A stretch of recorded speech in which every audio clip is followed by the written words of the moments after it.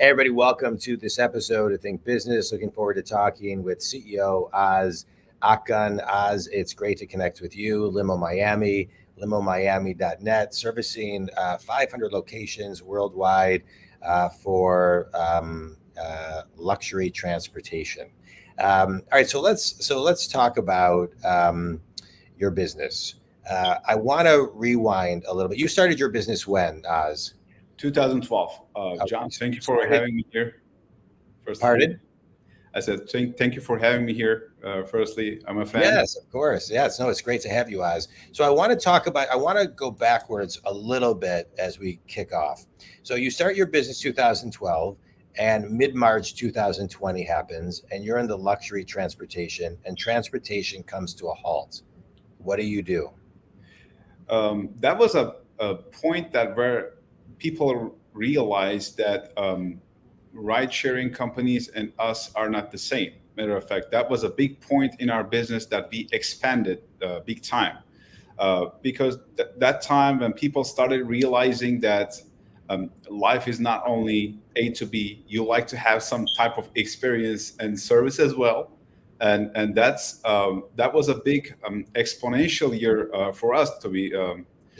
Maybe not for the rest of the industry, but for us, it was a big year. And so talk about that, because I find that so interesting, right? In a year where most people would say, "Oh, I'm so glad I'm not in that business." You grew your business. A couple other things. There's an old saying, "Never waste it's a horrible saying, but never waste a good crisis," right? And so, and really, I'm a big believer that markets and industries and companies really are built in down markets. And so what was your philosophy? What were you doing and saying at the table? And the reason I bring it up today is because everybody's always having to pivot, right? There's always those moments of pivot to determine what to do. But that's when you had to really double down and have faith and have courage to make not only the decision, but take the action. So what were you talking about, and how did you decide to expand back, in March 2020? So that was the year that people realizing they start caring about themselves, and they want people to care. They prefer the companies who care about them, right? So I will say, for that year and a year after, care was most important word in our industry. Compared to other companies or compared to the other ride-sharing companies, what people don't really care about you. So what we did was we did masks for our drivers. We did clean our car, three-point cleaning, and people start realizing these people care about us. And that's where we start getting more and more preferred. Because, again, it's not only A to B. These people are caring about us. These people are trying to help us. These people are trying to serve us. And that recognition really helped us grow a big demand. And we were able to supply for that demand because we are a professional chauffeur company. Basically, if you are going to have eye surgery, will you just go ahead and ask anybody in the street? Hey, no, you will probably want to go for the best for your budget. So right. We are professional. Yes, correct. So let's talk about that. So I love that in a time of turmoil, you as a company fell into the heart and the soul of the business, which is a company that cares. And I saw a lot of that as a business coach. I saw a lot of that happening. When at that time I was doing a lot of virtual Zoom keynotes and trainings for companies to kind of infuse, how to work from home and things of that nature. So what were some of the key things? Because I think that's transferable to every company at every time, always. And I think one of the things I'm seeing, one of the things I read a lot about, one of the things I think a lot of people are seeing is many companies are focusing back into the heart of their people, right? Because that's where connection is. That's where retention is.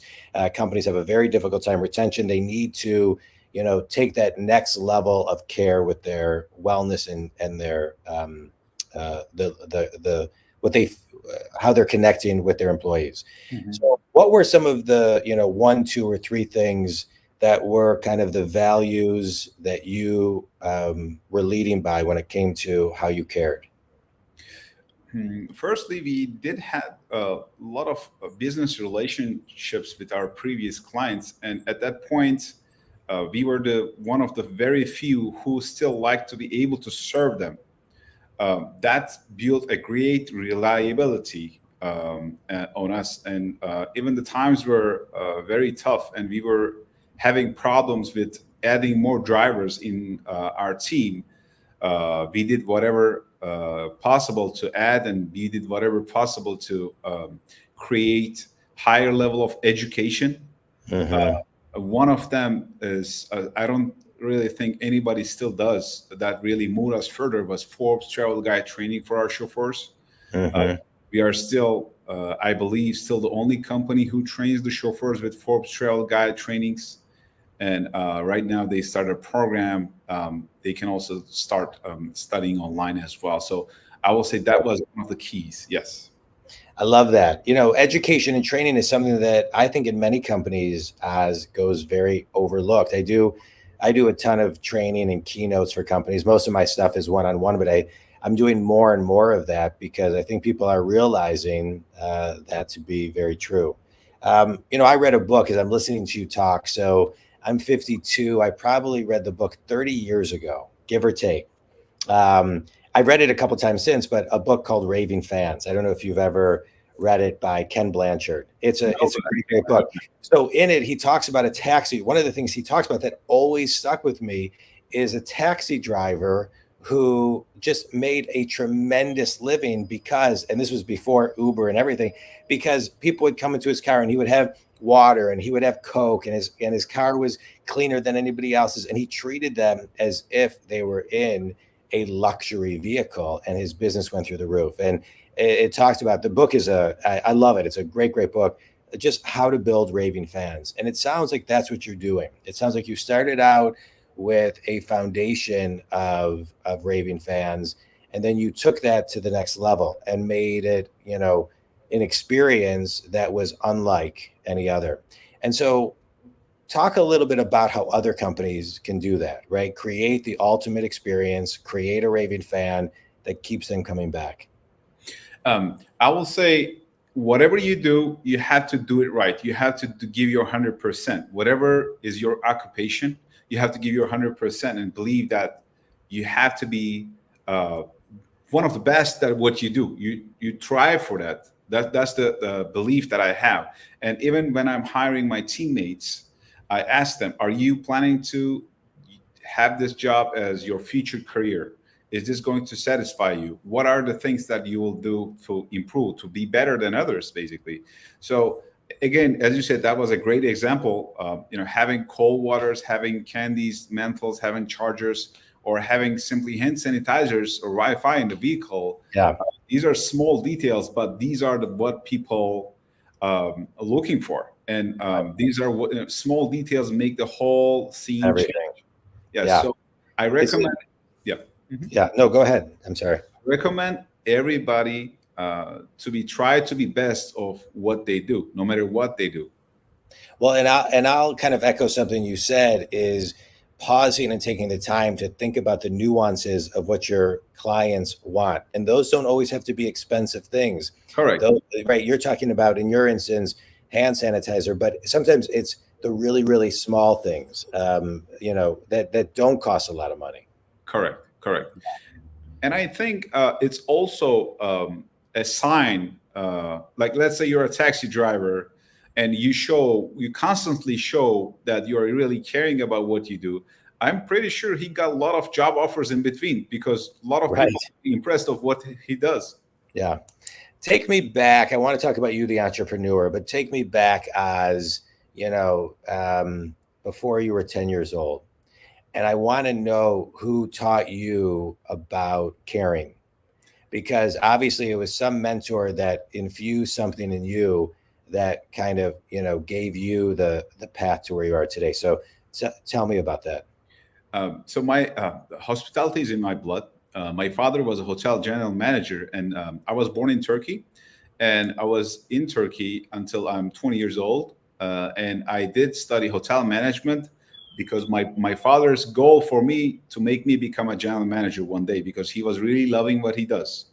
Yeah. And it's unbelievable. He's retired for like 10 years now, but his previous teammates, previous employees, they are still calling him to say, "Hey, are you good? Do you need anything?" Yeah. So like when is this holiday, he gets maybe like 1,000 calls. So Yeah. I'm like, how did you build this reputation? I mean, I'm jealous.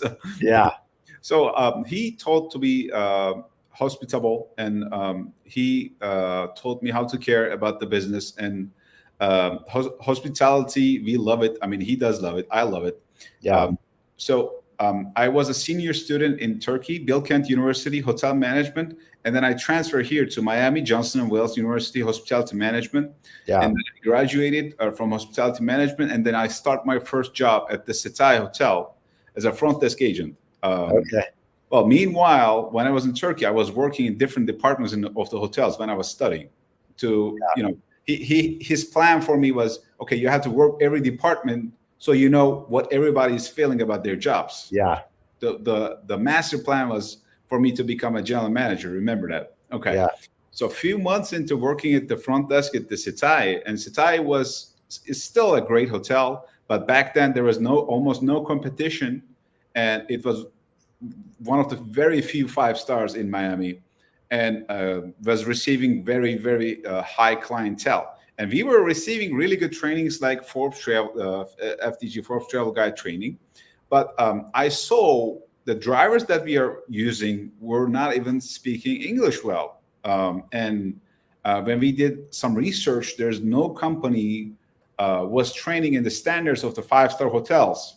So I thought to myself, okay, there's a need, there's an opportunity. And the main goal from the start was having the same level of experience of the 5-star hotels of the world, same level of luxury, same level of feeling, and same level of consistency on delivering the quality. Today, if you ask me, what's your biggest difference between other companies or between other like rideshare companies, I will say consistently delivering the service excellence. That's the goal. Right. And I first of all, I love that story. Thanks for sharing. I love, the infusion of your dad's mentorship and philosophy, and the lineage of hospitality expertise in your family, and the fundamentals that he shared with you that you actually executed on. And then how you took all of that and found a gap in one industry and transferred it to another industry. And realized that it could be done. There's a great TED Talk called The Power of Wonder by Jeff Hoffman, the founder and CEO of Priceline. And he does something, and he spends 15 minutes a day called info sponging, studying other industries to kind of see the impact, that is going to have on theirs and vice versa.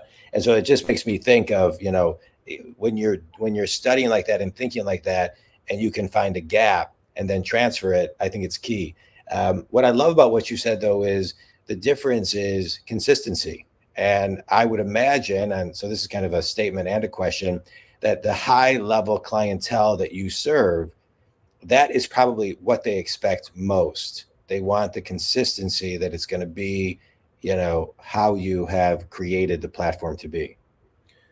Correct. Yes. I will say convenience is the key for them. Yeah. How convenient it can be. And when I say this, it's about, imagine if you're picking a coach class or a business class.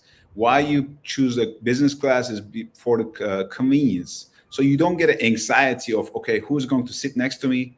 Right. If it's going to be a person smelling bad. And the same for our industry. Okay, I'm going to call a ride-sharing company when I arrive to airport, but okay, how long it's going to take him to come get me? Or Right. type of person, is the car going to be good? No, I don't want no anxiety. Anxiety drops the life expectancy. Right. So I want to go for guarantee good service quality. So that's the convenience of what our clientele are looking for. Yeah, I love it. I think hospitality should be taught in every major, no matter what you're studying, because most everybody is connecting with people, and most people need that skill set, and they don't have it. Hospitality, the books How to Win Friends and Influence People, Think and Grow Rich, 7 Habits of Highly Effective People, that those should be mandatory classes, in my Correct. opinion. Yes, agreed. And they're not, but I think they should be. All right, let's go. Let's do a quick speed round. Tell me a book that's had a big impact on you. That's a great question. The one that the monk that who sold his Ferrari. Oh, that's a good one. Yeah, Yes, yeah, that had a very big impact on me, especially about the anxiety. That yeah, really helped me solve my anxiety problems in a young age, and I'm still applying some techniques that I learned from the book still. So yeah. I recommend it to everybody. Yep. Let's talk about that for just a second, because I think anxiety is. I'm not a doctor. I don't pretend to be one, but I actually failed every pre-med class I've ever taken in college. I ever took in college, but anxiety is something that we're seeing more and more of, and we can point to a lot of things on why. But what did you, just to talk in that? Because I think a lot of people who are listening, and know people who are struggling. What did you do to kind of find your center and and ease your anxiety? Um, Firstly, you have to. I mean, I don't recommend this to anybody, but book does. Anxiety is the worst thing you can do to yourself. To assume this and move on. So the book basically tells you Which book? the monk that who sold his Oh, Ferrari. the monk. Okay, yeah, Basically tells you. I mean, what I do, what I learn is either good result or bad result is still better than having no information or having that mix of anxiety. So no matter what's going to happen next, if you just keep moving forward without thinking about it, I think that really helps me slow down the anxiety, and that helped me in the past. yeah. All right, good. You know what helps me? Meditation.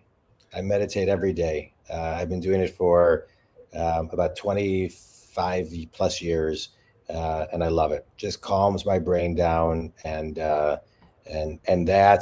journaling have really kind of helped me kind of find my center. All right, next question. Best piece of wisdom you've ever received? Best piece of wisdom I ever received. Okay, so when I applied to Setai Hotel, they did not get back to me for a month, and then and then I got hired somewhere else. Meanwhile, I mean, they called me third interview, and I was approved. I haven't started yet, so I emailed back. Why did you never call me back? Because that was my goal hotel. That was the best of the Right. best. And then the HR manager, which is Patrick Fernandez, still a friend of mine today. He's GM of another hotel. Um, Told me, "Well, are you really wanting this job?" And I'm like, "Yes, I'm very enthusiastic." And he's like, "I don't believe you because you never asked twice." So that really taught me don't take answer. No answer is a no, and don't take no as an answer as well. So Yeah. really, Amen to that. I love that. I love that. Finish this sentence. One thing every company can do, no matter how big or how small, no matter what industry, one thing they can do to care a bit more about their people, so their people actually feel it. appreciation, showing appreciation, no matter how. But I will say, any person or any teammate will always appreciate gesture of appreciation. Just find, be creative about how to show the appreciation. It doesn't always have to mean increase in salary. Just a small gestures of Yeah. appreciation will keep the team high level, I believe. Yeah. I agree with you. A thank you is free, and not enough people say it. Yeah. Yes, Takes a correct. minute. Yes, yes, correct. Absolutely. Tell 100%. everybody who your ideal clients are, a little bit more about your company, and where they can connect with you. Absolutely. We serve to people who is looking for transportation. It's not always very expensive, like you would assume for limo companies. It's very competent now. Our fleet is in 3 counties: Miami, Fort Lauderdale, and Palm Beach, and we serve 500 locations worldwide. And if you are looking for good quality transportation service with fine vehicles, obviously, then you can call us or find us from our website, www.limomiami.net. Awesome. This was great. I enjoyed our talk. I enjoyed getting to know you. I enjoyed your story. I'm a business coach. I work with successful people who are stuck. I get them unstuck. I love this podcast because I get to interview people like you and interesting people all over the globe who assist in my mission of getting people unstuck. And so you shared a lot of great stuff. In community, I always like to extract at least one thing. As you shared a ton of stuff, but for all of you who are leading people, owning a company, managing people in sales, doesn't matter what role, make sure that you kind of step back, be an observer, and ask yourself the question, am I caring enough? And do I need to take my caring to the next level so people really feel it and feel more connected to build my own raving fans? You can reach Oz if you need him at limomiami.net. If you want to talk about coaching, you can reach me at jondwoskin.com. Oz, this was great. I appreciate your time. Love the story, and stay on for a minute. We'll catch up. Thanks, everybody. Thank you, John.